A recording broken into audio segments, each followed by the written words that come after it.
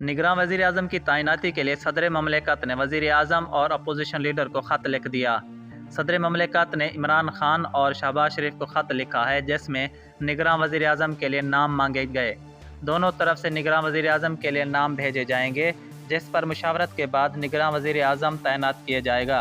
दूसरी जानिब साबिक वफाकी वज़ीर असद उमर का कहना है कि 20 मुनर्रफ अरकान के खिलाफ रेफरेंस दायर करेंगे, उनकी ताहयात नाअहली होगी।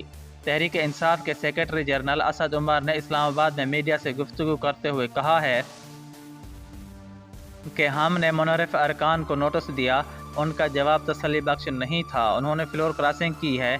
20 मुनर्रफ अरकान के खिलाफ रेफरेंस दायर करेंगे, उनकी ताहयात नाअहली होगी। उन्होंने बताया कि कल वज़ीर आज़म ने मरकज़ी पार्लिमानी बोर्ड का इजलास बुलाया है। अगले इलेक्शन के अंदर बाकी कितने दिन रहते हैं? सेक्रेटरी PTI ने कहा है कि मौजूदा सूरत हाल में हमें आइन के दर्स दिए जा रहे हैं, जबकि अयाज सादिक ने इजलास में स्पीकर की गैर आइनी नशिस्त संभाली। मेरे ख्याल में नए इलेक्शन ही वाहिद हल हैं।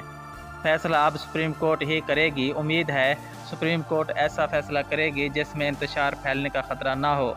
जबकि गवर्नर पंजाब उमर सरफराज चीमा, उस्मान बुज़दार और पाकिस्तान तहरीक इंसाफ के सीनियर रहनुमा मियां महमूद रशीद को इस्लामाबाद बुलाया गया है।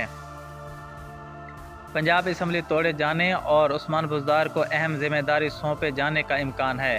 ज़राए ने बताया है कि वज़ीर आज़म इमरान खान ने उस्मान बुज़दार के साथ मियां महमूद रशीद को भी इस्लामाबाद पहुंचने की हिदायत की है।